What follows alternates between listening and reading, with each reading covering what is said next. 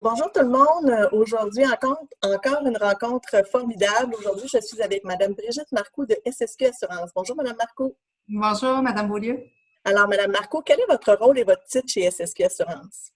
Moi, je suis conseillère principale en santé organisationnelle chez SSQ depuis 17 ans maintenant déjà. Wow, félicitations, 17 ans dans la même entreprise, c'est quelque chose hein, maintenant.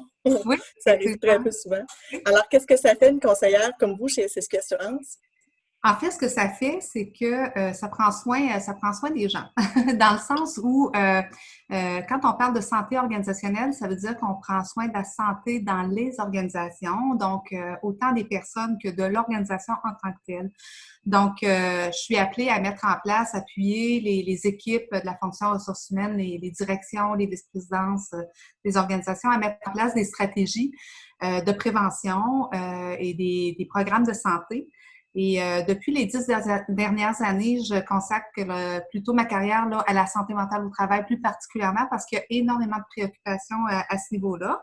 Puis Oui. ça touche évidemment les pratiques de gestion. Donc, je travaille beaucoup avec les équipes de gestion sur le volet de la prévention santé mentale, plus particulièrement. Bon, alors vous êtes la meilleure personne pour nous dresser un portrait de ce qu'était la santé mentale en entreprise avant la COVID, peut-être pendant, et qu'est-ce que vous anticipez pour le après-COVID, pour la santé mentale des gens en entreprise? C'est une très bonne question, une question très pertinente en ce moment. En fait, je peux vous parler, oui, bien sûr, je peux vous donner des données, des chiffres Oui. sur la santé mentale là, avant la COVID. Vous savez, bien que la santé mentale est quand même un sujet qui reste délicat dans les organisations, je trouve que depuis les dernières années, on a fait des grands pas de géant à ce niveau-là. Heureusement, vraiment heureusement. Avant la COVID, si on regarde au niveau du portrait des invalidités, quand on regarde les invalidités de courte durée, là, quand je dis de courte durée, pour nous, c'est des invalidités de 6 mois ou de 4 mois et moins, ça OK. représente à peu près 30 des invalidités de courte durée. Maintenant, quand on regarde les invalidités de longue durée, donc d'un arrêt de travail de plus de 6 mois, on parle de 40 des invalidités qui sont des invalidités en raison de problèmes de santé mentale. Quand même Fait que, important. oui, c'est ça. C'est quand même important, puis c'est normal que ça préoccupe les organisations puis qu'ils soient à la recherche de solutions. Oui. Ça, on parle de personnes qui souffrent de problèmes de santé mentale, mais quand on regarde les coûts aussi, il y a des coûts humains, il y a des coûts financiers. Oui. À ça, bien sûr. On parle quand même de 70 des prestations qui sont versées dans les régimes d'invalidité là, au Québec Wow. pour les problèmes de santé mentale. Fait que c'est les problèmes qui sont les plus souvent complexes, qui sont souvent plus longs à résoudre, donc qui sont plus coûteux aussi pour les organisations. Fait que, Oui, donc, puis donc on remarque encore probablement un peu de stigmatisation parce que veut pas, si c'est important comme ça, est-ce qu'il y a encore beaucoup de stigmatisation dans la santé mentale au travail ou c'est moins? Vous avez dit on a fait des pas de géant, mais à quel point avons-nous fait des pas pour changer les perceptions? oui, effectivement. C'est vrai qu'on a fait des grands pas, mais il y a encore beaucoup de travail à faire. Puis quand je parle de stigmatisation, moi, au niveau de la santé mentale dans les organisations, moi, ce que je vois comme praticienne, là, ça fait 17 ans que je suis chez SSQ, mais ça fait 30 ans déjà que je pratique dans le domaine. Puis ce que j'observe, c'est qu'il y a beaucoup plus de stigmatisation dans les milieux manufacturiers industriels, plus OK, particulièrement les milieux à prédominance de main-d'œuvre masculine. OK. Pourquoi? Ben parce que on le sait, les hommes sont souvent moins enclins à en parler, moins enclins à s'afficher avec une problématique de santé mentale. Souvent, on va le percevoir sous une autre facette, que ce soit par la violence, le verbal, la violence verbale, ou même une problématique de dépendance, notamment de toxicomanie, d'alcool. Donc, dans les milieux à prédominance masculine, il y a beaucoup plus de tabous et de stigmatisation. OK. Fait que oui, il y en a encore, mais moi, sincèrement, je pense qu'il y a de la lumière au bout du tunnel. Je vous dis, ça fait 30 ans que je pratique, là. Si on était dans les années 90, là, certainement qu'on parlerait pas de santé mentale aujourd'hui, là. On parlerait de problèmes de dos dans la Ouais. santé de l'organisation. Ça a beaucoup évolué. Maintenant, moi, je reçois des dizaines de demandes par semaine pour des organisations qui ont des besoins en matière de santé mentale. Ça, c'est avant la COVID. Puis, tu sais, je peux vous dire, même au niveau de la santé mentale, on parle de 500 000 absences au Canada, Ouais. uniquement Par jour, liées à la santé mentale, là, par semaine. par semaine, OK. Oui, c'est ça. Donc, ça touche vraiment toutes les organisations.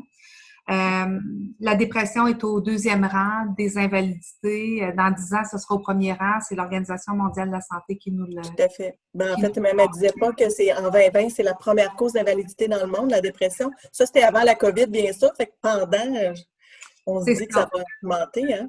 Oui. La COVID, c'est sûr que ça a pris tout le monde par surprise. Évidemment, il y a des impacts socio-économiques extrêmement importants. Puis quand il y a ces impacts-là, forcément, la santé mentale des gens les plus touchés ou les plus démunis ou les plus impactés va en souffrir.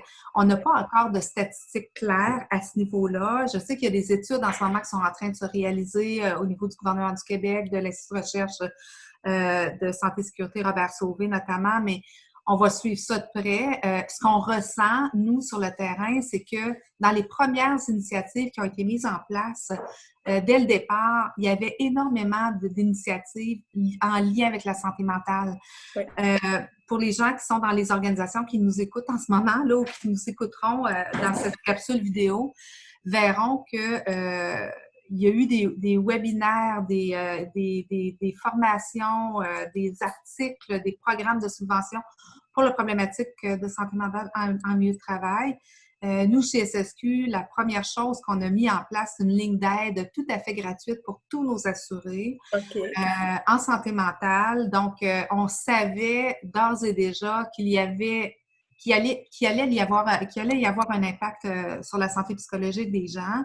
Puis, on veut être en mode prévention tout le monde, donc c'est important.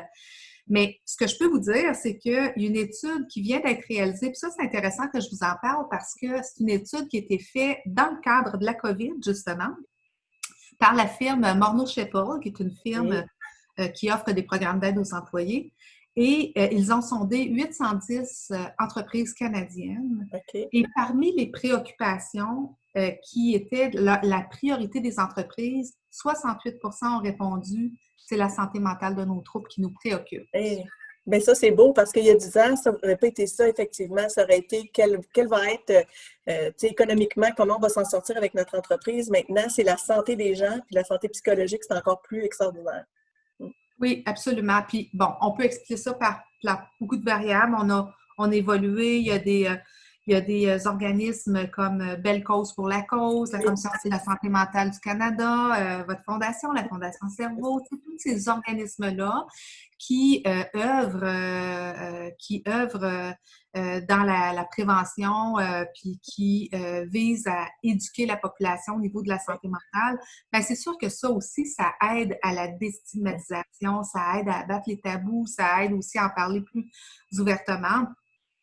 Tu sais, il y avait un sondage qui a été fait quand même récemment, là, en 2019. C'est un sondage qui a été réalisé par la firme, puis là, je le lis parce que je ne veux pas me tromper, mais par la firme Nielsen Consumer Insight, qui disait en 2019 que 84 des Canadiens étaient ouverts à parler ouvertement de leurs problématiques de santé psychologique, alors qu'en 2012, ils étaient 42 Oui, fait qu'on a quand même un bon... Qu'est-ce que c'est si je peux me permettre, c'est quoi votre premier, dans le fond, votre premier conseil à ces entreprises-là qui se soucient de la santé mentale de l'employé? C'est quoi le premier geste à poser?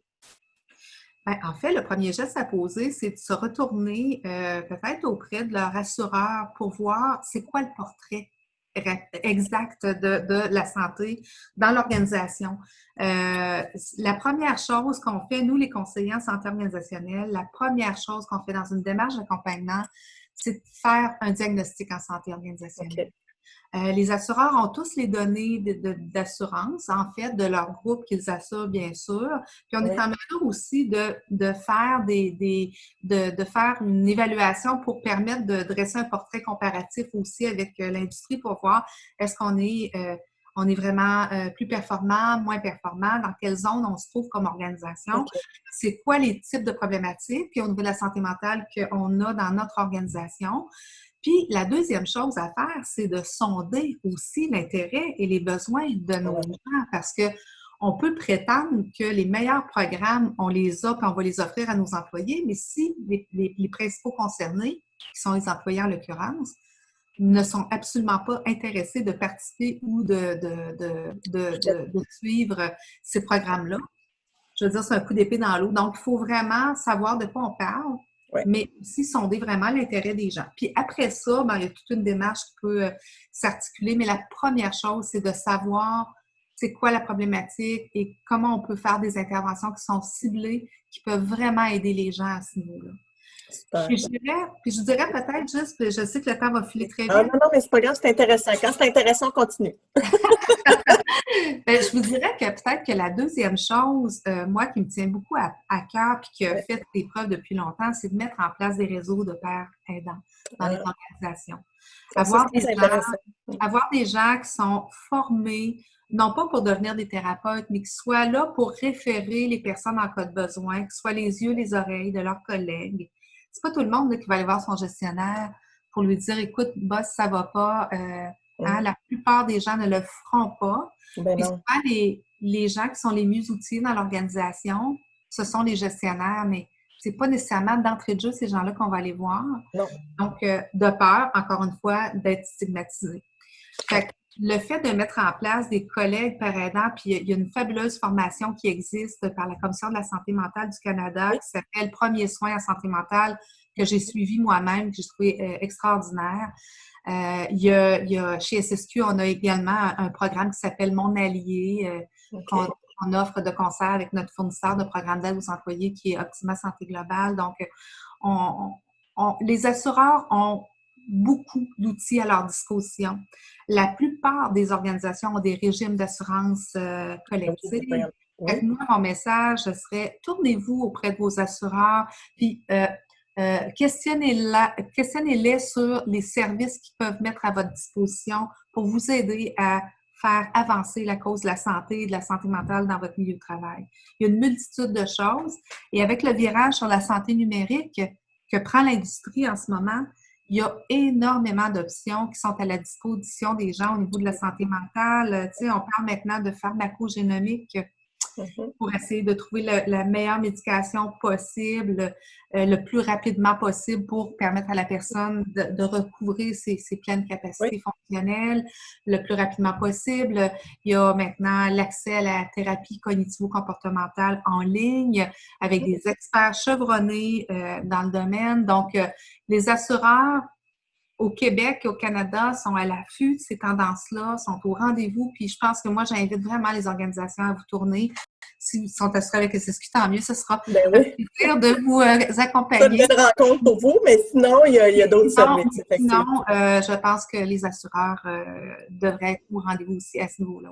Oui, puis dans une prochaine capsule, nous, on va parler justement avec quelqu'un de chez Therapex qui va pouvoir vraiment expliquer aux gens le nombre En fait, il y a des milliers d'applications aussi sur Internet qu'on peut downloader puis qui font une différence pour les gens. Il s'agit de savoir laquelle est la meilleure pour nous. On va aborder ça dans une prochaine capsule.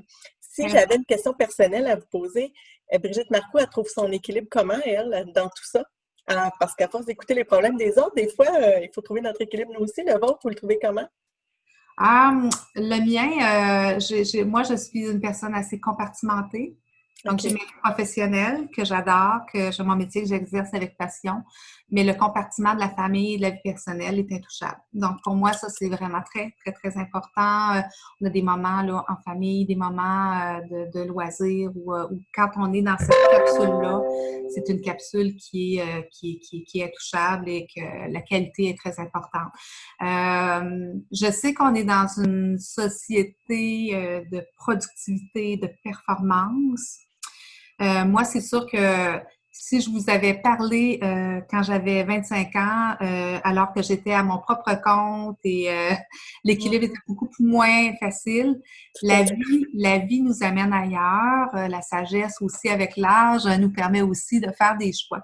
Mais moi, je pense que l'équilibre, c'est d'abord et avant tout se respecter soi-même. Puis quand on réussit à trouver ces petites zones de bonheur, ben, c'est de bien les ancrer tout simplement. Puis les mesures de conciliation travail, vie personnelle, c'est important, mais c'est d'abord et avant tout, à mon avis, à mon humble avis, un choix personnel. Mais Oui, oui, c'est une décision personnelle. Oui, oui, tout à fait, tout à fait. Tout à fait. je suis bien d'accord. Les organisations ont à mettre en place des mesures pour le favoriser, mais il demeure qu'il y a des choix personnels. Moi, je pourrais là, avoir des courriels, répondre à mes courriels soir, nuit et jour et fin de semaine, mais les fins de semaine m'appartiennent, puis c'est mon équilibre. Alors, j'essaie de prêcher par l'exemple. On n'est pas parfait, là.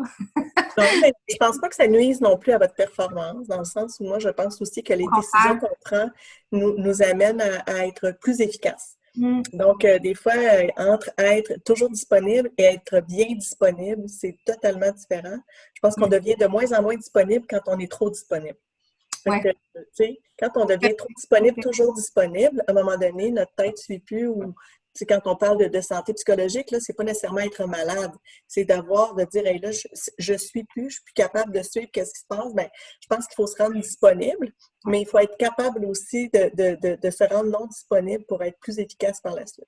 Ouais, puis je vous dirais d'apprendre à savourer les tout petits bonheurs de la vie, tu sais, d'apprendre à voir, là, c'est la belle saison, les fleurs sont, les bourgeons sont sortis, les couleurs sont au rendez-vous, les odeurs, tu sais, la chaleur, aujourd'hui il fait chaud, là, ben, de profiter de ça, puis de se dire, ben, on est chanceux d'avoir des yeux pour voir ça, puis des oreilles pour entendre aussi, un nez pour pouvoir, tu sais, profiter de tout ça. Donc, c'est beaucoup dans les petites choses aussi hein, qu'on va retrouver notre bonheur et notre équilibre. Donc, c'est de Ouais. savoir les reconnaître, puis de pouvoir rentrer là-dedans pour nous permettre d'être bien. Moi, j'appelle ça les moments de pause. Être capable de se poser, Ouais. être en pause pour apprécier. Que ça dure 5 minutes ou 1 heure, c'est un moment pour soi. Puis quand il y a 24 heures dans une journée, même si on en prenait une pour soi, il en reste 23 autres pour les autres. C'est ce que je dis souvent. Fait que, Ouais, c'est voilà. bien, c'est très Ben, bien. Madame Marcoux, ça a été vraiment une rencontre formidable. Merci beaucoup. Je pense que ça va vraiment aider, entre autres, les entrepreneurs avec qui on travaille ou qui font appel à nous. Des fois, là, juste un petit reminder de j'avais pas pensé, mon assureur, je l'ai pas appelé, puis peut-être que ça m'aiderait de comprendre où en sont mes employés, etc. Fait que je vous remercie infiniment. Je pense que ça va être une mine d'informations, même si c'est pas long, une quinzaine de minutes notre rencontre, mais quand même, je pense que pour les entrepreneurs et les gens qui ont des entreprises, c'est des bons rappels à se faire régulièrement en ce temps de COVID encore plus. Alors, merci beaucoup à vous, puis on partagera l'adresse de SSQ Assurance avec votre page d'outils à la fin de cette capsule-là. Alors, merci beaucoup à vous. Au plaisir de se reparler. Plaisir. Merci. Merci.